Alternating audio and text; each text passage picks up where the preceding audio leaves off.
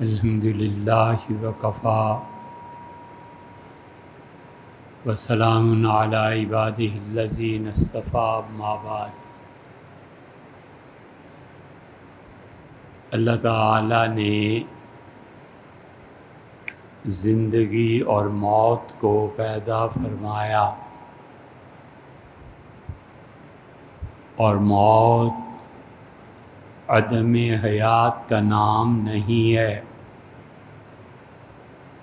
موت ایک الگ جہان ہے، اور ایسے نہیں ہے کہ کسی آدمی کی روح اس کے جسم سے جدا ہو جائے تو یہ موت ہو گئی۔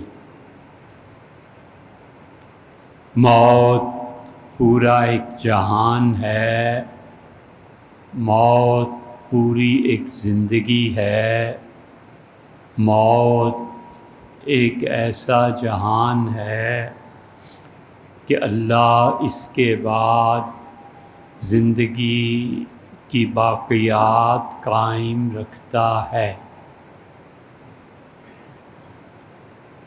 3 مقامات ایسے ہیں جن میں سے ایک پہ بہت بات کی الحمدللہ، اور وہ تھا قرب الہی۔ اور قرب الہی کے بعد ایک اور چیز ہے، اسے کہتے ہیں سلام الہی۔ اور ایک اور چیز ہے جس کا نام ہے حیات ذکر۔ انسان کو چاہیے کہ اپنے لیے کوئی نہ کوئی جہان متعین کرے، اور وہ چاہے تو اس جہان میں چلا جائے جو قرب پر مشتمل ہے۔ اللہ نے سورہ واقعہ کے آغاز میں 3 طرح کے انسانوں کا ذکر کیا ہے، اور اللہ بتاتا ہے کہ لوگوں کنتم ازواجا ثلاثہ، قیامت میں جب تم میرے سامنے آؤ گے تو مجموعی طور پر تمہارے 3 حصے کر دیے جائیں گے۔ ایک پورا گروہ کروڑوں اور اربوں افراد پر مشتمل، اللہ نے کہا ہے کہ مقربون، وہ میرے بہت قریب ہوں گے، انہیں اللہ کا قرب نصیب ہوگا، اور وہ ہمیشہ ہمیشہ کے لیے اپنے پروردگار کی زیارت میں کھوئے رہیں گے۔ حور و خیام سے، کھانے پینے سے، دنیا کی ہر لذت اور ہر مزے سے بڑا وہ اپنے پروردگار کے سامنے رہیں گے، اور اللہ کی تجلیات لمحہ بلمحہ ان مقربین بارگاہ کو انعامات سے سرفراز فرمائیں گے۔ اس لیے ایک آدمی ہوتا ہے، یہ اپنے آپ پہ غور کرو، اور اللہ جب اس پہ انعام کرتا ہے تو اس موقع پہ اسے خدا یاد نہیں آتا۔ جس چیز کے لیے وہ دعائیں مانگتا رہا اور اللہ سے درخواست کرتا رہا، اللہ نے جوں ہی وہ چیز اسے عنایت فرمائی۔ خدا کہتا ہے قرآن میں کہ اس طرح بے نیاز ہو جاتا ہے ہم سے، جیسے ابھی کچھ دیر پہلے تک اسے ہمارا کوئی واسطہ ہی نہیں تھا، یاد ہی نہیں رہتا کہ یہ چیز میں نے اللہ سے مانگی تھی، اللہ نے دے دی، تو اب مجھے اللہ کا شکر ادا کرنا ہے۔ اور اللہ فرماتے ہیں دوسری قسم کے لوگ وہ ہیں جنہیں ہم کوئی چیز دے دیتے ہیں اور وہ اس کا شکر ادا کرتا ہے اور اس چیز کو استعمال کرتا ہے اور ہمارا ممنون اور مشکور بندہ ہو جاتا ہے۔ صوفی اس دوسرے درجے سے بھی بڑھ کے سب سے ٹاپ پہ پہنچتا ہے۔ ابن عربی نے اور امام رومی رحمۃ اللہ علیہم نے مثنوی میں اس ٹاپ کے صوفی کا بھی ذکر کیا ہے کہ وہ کہتے ہیں اللہ پورا جہان بھی کسی انسان کو دے دے اور اس کے دل کی ہر خواہش پوری ہو جائے، لیکن صوفی اس مقام پہ ہوتا ہے کہ وہ انعامات پر نظر رکھنے، شکر کرنے سے بھی پہلے اس کو دیکھتا ہے جس نے انعام دیا ہے، وہ اس کے ساتھ پیوستہ ہو جاتا ہے۔ وہ کہتا ہے جو انعام آپ نے دیا 100 اور 1000 مرتبہ میری سر آنکھوں پہ، لیکن پہلے میں تیرا شکر ادا کروں اور سب سے پہلے اے رب میں تجھے پکاروں۔ حضرت رسالت مآب صلی اللہ علیہ وسلم گھر تشریف لائے، ام المومنین حضرت عائشہ رضی اللہ عنہا پر وہ تہمت کا زمانہ چل رہا تھا، اور جب قرآن کریم نازل ہوا ان کی برات میں اور 17 آیات سورہ نور میں اللہ نے بتایا کہ حضرت عائشہ رضی اللہ عنہا کس قدر پاکیزہ خاتون ہیں، تو حضرت عائشہ رضی اللہ عنہا نے 2 رکعتیں پڑھی، نماز پڑھی اور اللہ کا شکر ادا کیا۔ حضرت رسالت مآب صلی اللہ علیہ وسلم کی حیثیت شوہر کی بھی تھی۔ ساری احادیث کا خلاصہ یہ ہے کہ آپ نے ام المومنین رضی اللہ عنہا سے بطور ناز اور محبت کے فرمایا کہ میرا کوئی شکریہ نہیں، تو انہوں نے کہا اللہ کے رسول مجھ پہ تہمت لگی، آپ نے گواہیاں لیں، مجھ پہ تہمت لگی اور میں گھر آ گئی، اور مجھ پہ تہمت لگی اور آپ بہت مختصر بات فرماتے تھے، یہ ساری چیزیں مجھ پہ گراں گزرتی تھیں، تو میں نے سوچا سب سے پہلے اس کا شکر کیوں نہ ادا کروں جس نے وہی نازل کی۔ تو اس لیے جو منعم ہوتا ہے وہ دینے والا، یہ سب سے ٹاپ کا آدمی، وہ کہتا ہے یہ بیٹا بیٹی پیسہ جو آپ نے دیا ہے یہ میں نے آپ سے یقیناً مانگا تھا، آپ کی مہربانی، لیکن وہ ان سب چیزوں کو کہتا ہے یہ تیری امانت ہے، اور اے رب تو نے میری بات مجھے مانا قبول کیا، اور اللہ تو نے مجھے مانگ دی، وہ اللہ کے ذکر میں کھو جاتا ہے۔ اس لیے اصل چیز اللہ کا ارادہ ہے، ہر چیز پہ فنائیت طاری ہوگی، لیکن اللہ موت دیتا ہے، کبھی ذکر سے اور ذکر سے ہی حیات ملتی ہے۔ اللہ ان لوگوں کا ذکر باقی رکھتا ہے اور قیامت تک باقی رکھتا ہے۔ اللہ ان سے کوئی عمارت بنوا دیتا ہے اور وہ عمارت کے ساتھ اس کا نام منسلک ہو جاتا ہے۔ اللہ نے فرمایا وَإِذْ يَرْفَعُ إِبْرَاهِيمُ الْقَوَاعِدَ، اور ابراہیم اور اسماعیل علیہ السلام دونوں میرے پیغمبر بیت اللہ کی بنیاد کو اونچا کر رہے تھے۔ یہ رفع منسوس، بنیاد کا اوپر اٹھانا اور کعبۃ اللہ کو قائم کرنا، یہ ان چند ایک چیزوں میں سے ہے جو آدمی اس جسمانی موت کے بعد ہمیشہ ہمیشہ کی زندگی دے دیتا ہے. جب تک بیت اللہ قائم ہے تو انہوں نے دعا مانگی تھی کہ اللہ میرا ذکر خیر، ابراہیم علیہ السلام نے کہا اے رب میرا اچھا نام قیامت تک قائم رکھنا. اللہ نے منظور کیا. اب بیت اللہ کی صورت میں حضرت ابراہیم علیہ السلام کا نام قیامت تک باقی ہے. اس امت کو جو درود اور نماز میں سکھایا کما صلیت علی سیدنا ابراہیم، یہ جو حضرت ابراہیم علیہ السلام کا نام ہے، یہ اللہ نے موت کے بعد زندگی دے دی. اس لیے اللہ اپنے بندوں کو ایسی مستقل اور دائمی زندگی دیتا ہے. لوگ بھول گئے خلجی خاندان کون تھا.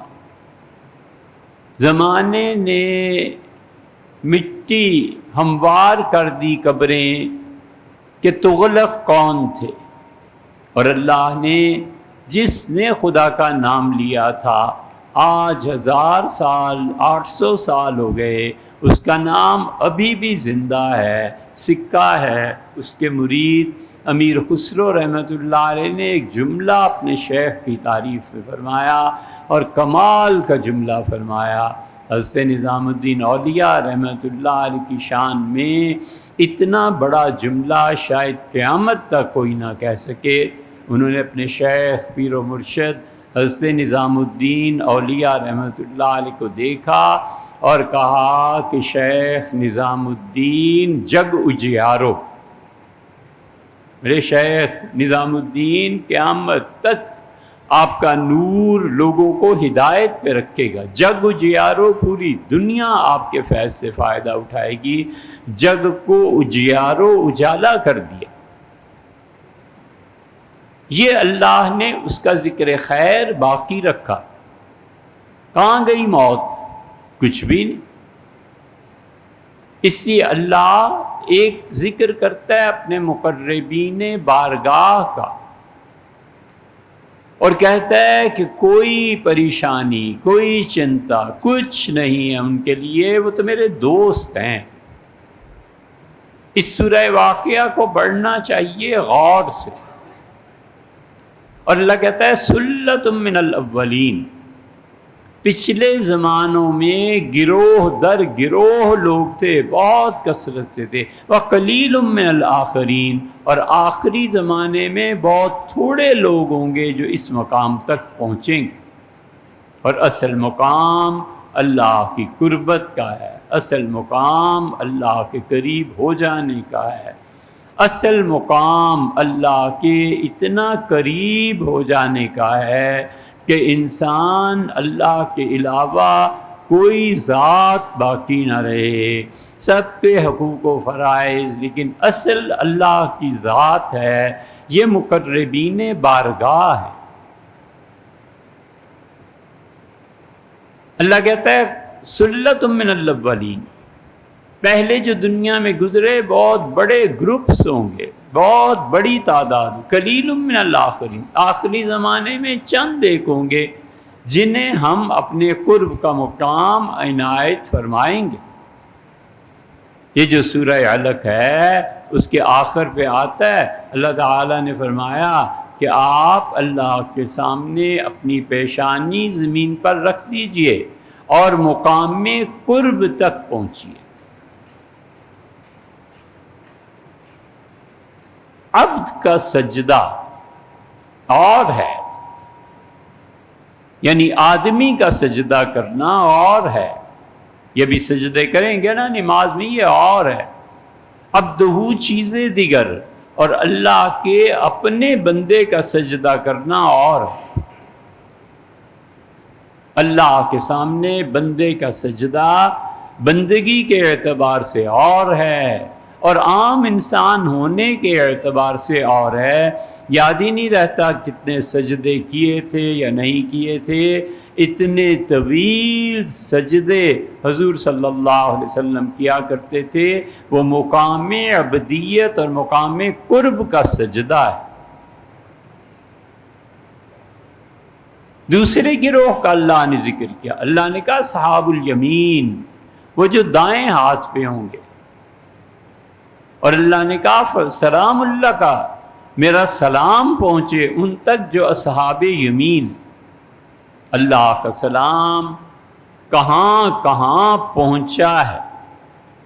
آپ بالکل عام مثال سے سمجھیں کہ آپ بیٹھے ہوئے ہیں، والد آ گئے، والدہ آ گئیں، کوئی ایسا بڑا آدمی آ گیا اور انہوں نے کہا السلام علیکم، انسان حیران ہوتا ہے اور دل خوش ہو جاتا ہے اور جسم کا رواں رواں خوشی میں تر ہو جاتا ہے کہ کوئی ایسا بھی ہے جس نے آ کے مجھے سلام کیا۔ جتنا اس کا مرتبہ بلند ہے اتنی ہی سلام کی قبولیت ہے، اور جب اللہ سلام کرے اس ایک سلام پہ 1000 زندگیاں قربان۔ اللہ تعالیٰ نے سلام بھیجا، ایک بندے نے اسے یاد کیا، نداءً خفیہ، اللہ فرماتے ہیں بہت آہستہ آواز میں اس نے مجھے یاد کیا، اور اس نے مجھ سے کہا کہ میرے پروردگار، میں بہت بوڑھا ہو گیا ہوں، واشتعل الراس وجعل الراس شیبا، میرے سر کے بالوں کو بڑھاپے نے سفید کر دیا۔ امراتی، اور میری بیوی کا حال یہ ہے کہ وہ اس عمر سے گزر گئی جب ولادت بچوں کی ہوتی ہے۔ من لدن کا ولیہ، اللہ اپنے پاس سے مجھے میرا وارث عطا کر۔ وارث کا مطلب یہ تھا کہ میں باپ جس طرح ساری زندگی تیرا ذکر کرتا رہا ہوں، تیرے ذکر کو میں نے قائم رکھا ہے، تیری یاد کو ہمیشہ میں نے قائم رکھا ہے، اللہ مجھے ایک بیٹا دے دے اور وہ بھی اس ذکر کو قائم رکھے۔ دولت مٹ گئی، دنیا مٹ گئی، کسی انسان کی بلڈنگز ختم ہو گئیں، یہ ان سے پوچھو 47 میں جو تقسیم تھی، مہینہ مہینہ اور 2 مہینے پہلے جو حویلیاں بنائی تھی سرداروں نے اور سکھوں نے، کس طرح راتوں رات چھوڑنا پڑ گیا اور بھاگنا پڑ گیا۔ یہ سب دنیا ایسے ہی ہے، اللہ کی یاد ہمیشہ باقی رہتی ہے، اور وہ صرف خود ہی باقی نہیں رہتی، جو اللہ کی یاد کو قائم رکھتا ہے خدا اسے بھی قائم رکھتا ہے۔ انہوں نے یہ نہیں کہا کہ مجھے بیٹا دے دیں، انہوں نے کہا کہ ملت ان کا ولیہ، اپنے پاس سے دے دیں۔ کیسا اچھا جملہ ہے، کہا اپنے پاس سے دے دیں۔ یقیناً اللہ جو چیز دے گا وہ خیر پر مبنی ہوگی۔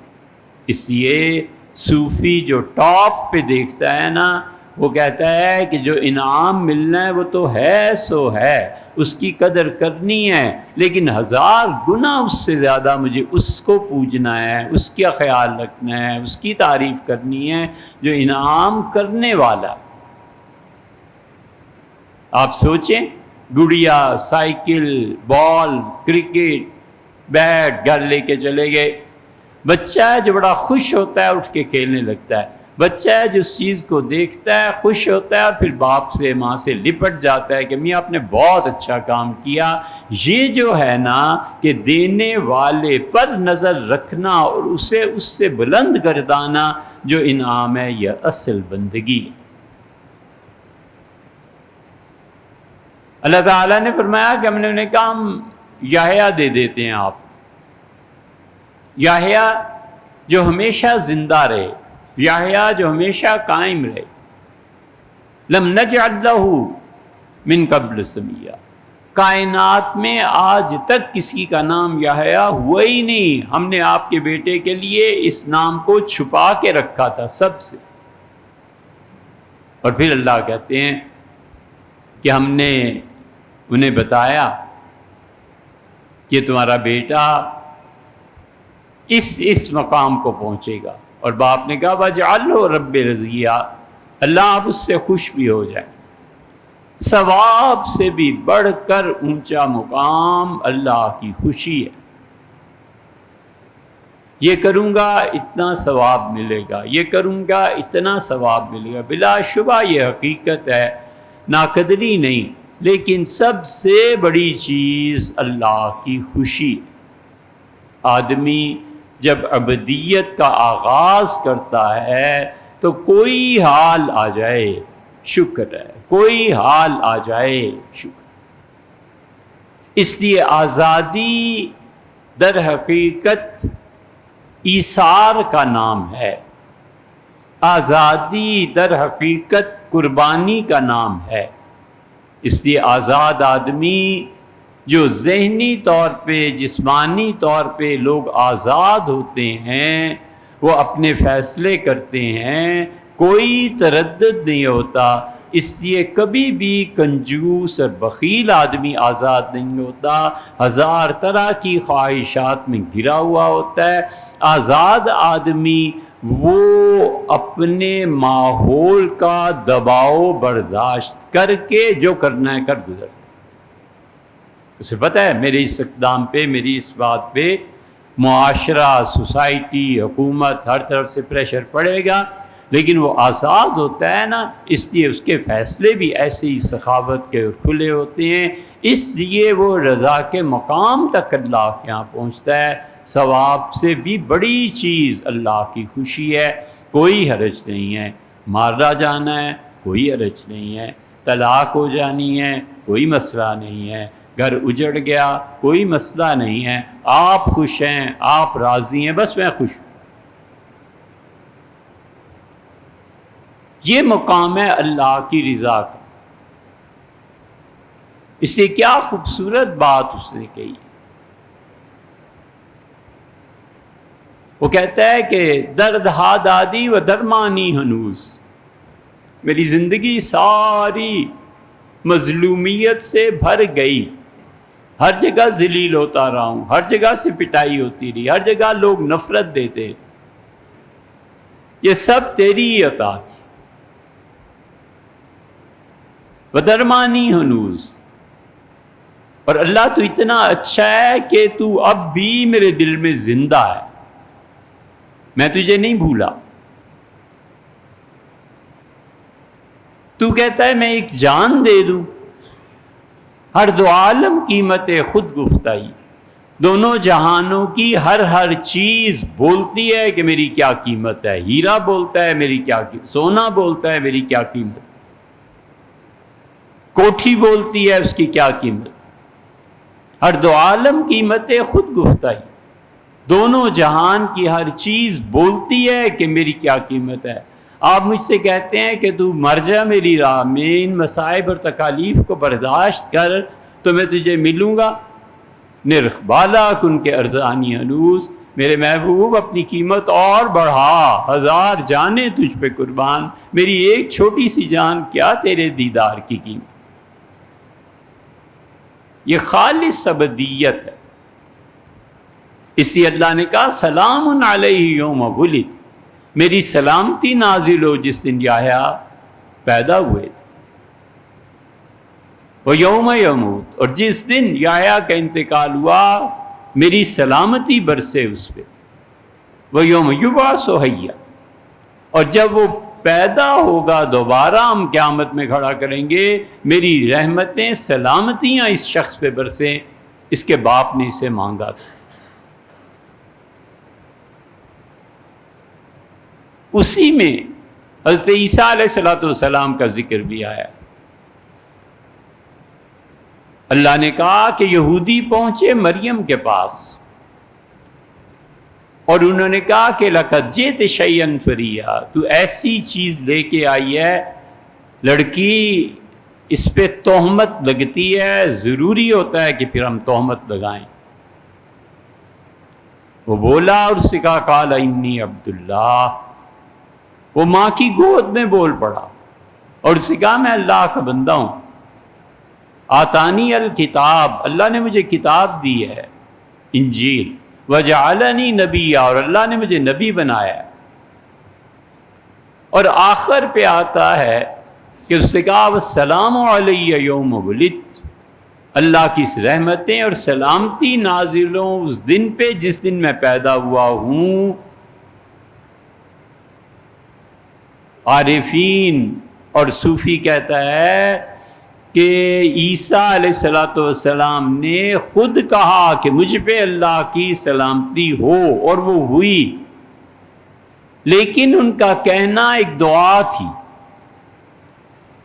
ان کا کہنا اس لیے تھا کہ ان کی والدہ تہمت سے بچیں، اور یحییٰ کو دیکھو اس کے ہاں یہ چیزیں نہیں تھیں، اور خود مالک کہتا ہے کہ سلام ہو یحییٰ پہ۔ وہ کہتے ہیں یحییٰ کو جو اللہ نے سلام کیا ہے یہ زیادہ اچھی بات ہے بنسبت اس کے کہ عیسیٰ علیہ السلام نے خود اپنے لیے دعا مانگی کہ اللہ مجھ پہ سلامتی نازل۔ اس لیے جب عالم آخرت کھلتا ہے اور جب اگلے جہان کی کھڑکیاں کھلتی ہیں نا، تو وہ روح آخری جملہ اس سے کہتے ہیں کہ سلام،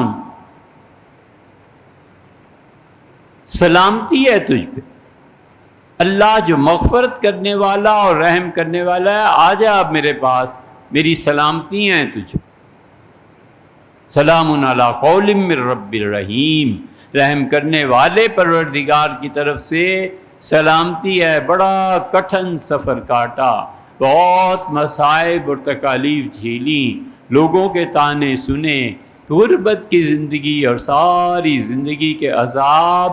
اب تو تھک گیا ہے، میرے پاس آ، منزل پہ پہنچ، اور بچے تو آرام سے سوچ۔